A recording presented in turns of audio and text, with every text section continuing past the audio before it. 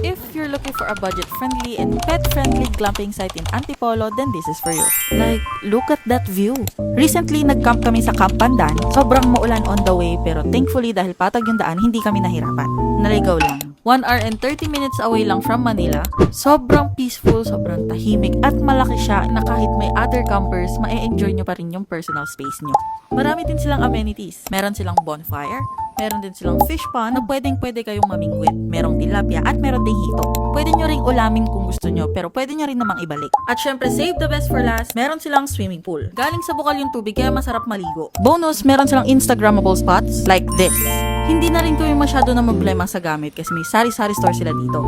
Dito naman kami nagstay sa Kubo Glamping, good for 8 packs. Pwedeng magdala ng sariling tent or sa kanila na mismo mag-rent. Ang tent na meron sila ay yung good for 2 to 3 packs. For other Kubo naman, ito yung meron sila. Ito yung Kubo Glamping, good for 2 to 3 packs. Lahat ng kubo meron ng sariling kuryente at ilaw.